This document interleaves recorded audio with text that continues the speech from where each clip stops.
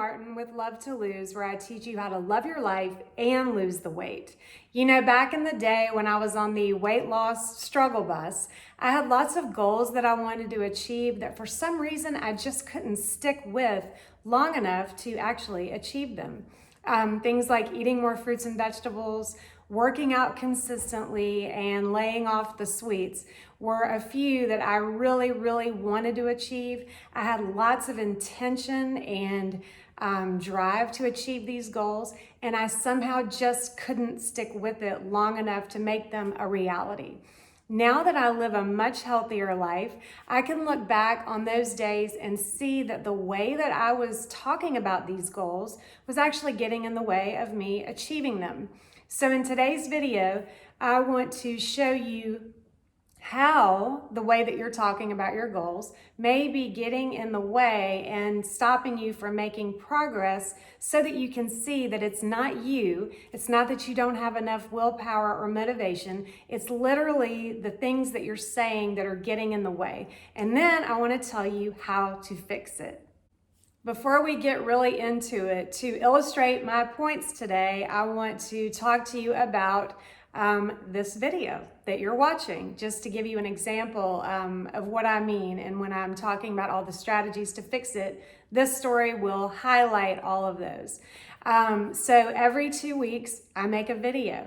And sometimes what happens, and now it doesn't happen as often because I know how to stop myself when I'm actually hindering my getting it done with my words. So every 2 week cycle, I would start out by saying, I need to make a video this week.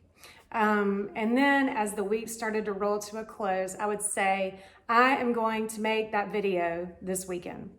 And then Sunday would roll around inevitably, and I hadn't done it yet. And I would start feeling really bad about it. I would feel really like I was letting myself down. I was getting behind, and I just wasn't making progress. So on Monday, I would say, by this Wednesday, I'm gonna have this video filmed.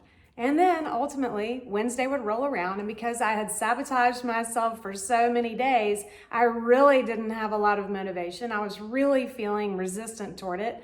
And then what happens, not anymore, but what used to happen is that on Friday, before the Monday that this video gets published, I would say, I am making this video today.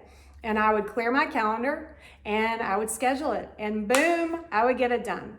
So that story right there will tell you every single thing that I was doing wrong. And once I figured out how to fix it, I could easily change what I was saying so that I didn't have to put myself through all of that mental torture and just get it done. Okay, so what I was doing wrong is I was saying repeatedly, I need to, and I'm going to. So need to and going to are goal killers. And let me tell you why. When you say, I need to do something, I need to work out, the translation of that is, I am not currently working out and I feel bad about it. I need to do it, I'm not doing it, and I feel bad. So what happens when you say, I need to do something, is that you are keeping yourself stuck. You're feeling like a failure right out of the gate, so it's not likely that you're ever even gonna get started. And that brings us to going to. When you say, I'm going to do something, I'm going to work out, what's really missing in that sentence that is a word that's significant, it's implied in the statement. I am going to work out. What you're really saying is, I'm going to start working out. And if you feel like you haven't started, you have already failed. I'm going to start working out. That means you're not currently working out and you feel like a failure. So need to and going to need to be eliminated from your vocabulary, because they will kill your goals and keep you from achieving them. So now let me give you 3 strategies that you can use to change everything. Strategy number 1, rephrase it. This is obvious, but anytime you catch yourself saying need to or I'm going to, stop yourself and change what you're saying to the present tense. For example, I need to eat more fruits and vegetables. I'm going to eat more fruits and vegetables. Change it to the present tense. I eat tons of fruits and vegetables, or however you want to say it. So the key is you want to be taking action. You want to say it in the present tense.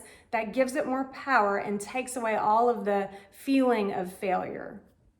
Strategy number 2, you want to make your goals specific and timely. So I eat tons of fruits and vegetables is great. That's present tense and you're on the right track. But what you want to do now is make it specific. I eat at least 3 servings of fruits and vegetables every single day. That's way better. And then if you really, really want to give it some power, you want to make it timely. So I eat at least 3 servings of fruits and vegetables every day. Becomes even more powerful when you say, every Tuesday after I drop the kids off from 8 until 9, I go to the grocery store and I load up on fruits and vegetables, and I go home and spend 30 minutes chopping everything up and prepping it so that it's ready to go. And if you really want bonus points, put it in your calendar. Write it down. Every Tuesday morning from 8 until 9, you go to the grocery store and it's done. Strategy number 3, you want to back it with a powerful why and then tie it to an identity. So if you want to eat more fruits and vegetables, and that's what you do now, you give yourself a powerful why to back it up. So then it's not just something you're checking off your list and it's like it's a goal. I'm, breaking it down into steps and I check off my list and that's great. If your goal is to eat more fruits and vegetables and you tie it to a why, such as I eat fruits and vegetables because they give me energy, they prevent disease, or they make my skin glow. All of a sudden, you have a much bigger reason to stick with it and stay on track. And if you want to really boost it, you tie it to an identity. So you eat fruits and vegetables because you're a vegetarian. And it doesn't have to be you are a vegetarian. If you want to work your way toward that, you can say it in the present tense. I am a vegetarian, and then you're more likely to become one. But if you don't feel comfortable saying I'm a vegetarian, for example, you could say I'm the healthiest person I know. So if you eat fruits and vegetables because you're the healthiest person you know, you don't have to force yourself to do it. It's just something that you already do. You don't have to schedule it or plan it. You don't even have to talk about it. You eat tons of fruits and vegetables because you are the healthiest person you know. Your actions will always be consistent with your identity.